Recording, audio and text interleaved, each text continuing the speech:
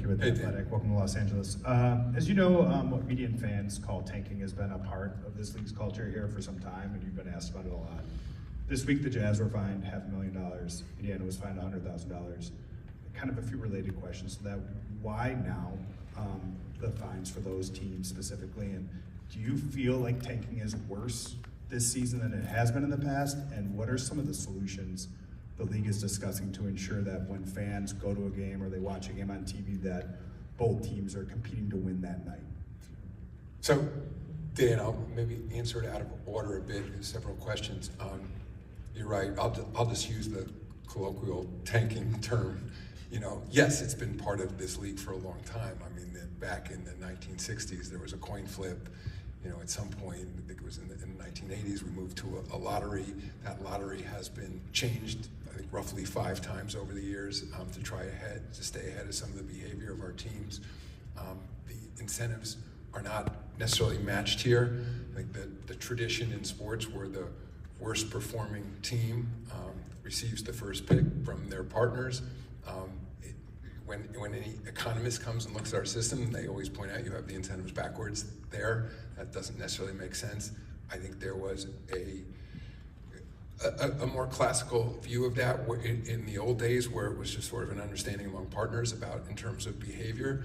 I think what we're seeing is a modern analytics where it's so clear that the incentives are misaligned. I think when you maybe to further answer your question, are we seeing behavior that is worse this year than we've seen in recent memory? Yes, is my view, and which was what led to those fines, and not just those fines, but to my statement that we're going to be looking more closely at the totality of all the circumstances this season in terms of teams' behavior, and very intentionally wanted teams to be on notice. And there is a bit of a note when you see it quality to this. I mean, we spend a lot of time at the league office going back and forth with teams on injury reports, on coaches' decisions. It's not a position necessarily we want to be in, but I'd say also to address your question, it's not what the fans want at the end of the day, although my caveat is, and this is where teams are in a difficult place, many of you in this room have written, and understandably, about our teams, that the worst place to be, for example, is to be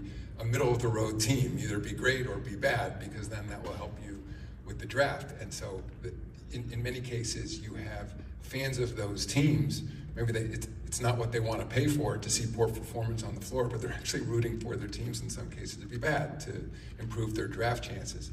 So I think we're coming at it I'd say in 2 ways. One is, again, focusing on the here and now, the behavior we're seeing from our teams, and doing whatever we can to remind them of what their obligation is to the fans and to their partner teams. But number 2, as I also said in that statement, the competition committee started earlier this year re-examining the whole approach to how the draft lottery works, and ultimately any changes will require a vote of the Board of Governors, so then we'll need to go in front of the board. But there have been lots of different ideas out there over the years, not just necessarily changing the draft lottery odds yet once again, but looking at whether there's a better system here to try to align incentives. I think when the point about this year, when you look at the totality of the circumstances, I mean, of course, I'm paying attention to what's happening, and the perception is you have a very deep draft class this year. A perception, who knows whether this will be the reality, that the next 2 years' draft classes aren't as good. There's no doubt that's affecting the behavior of our teams.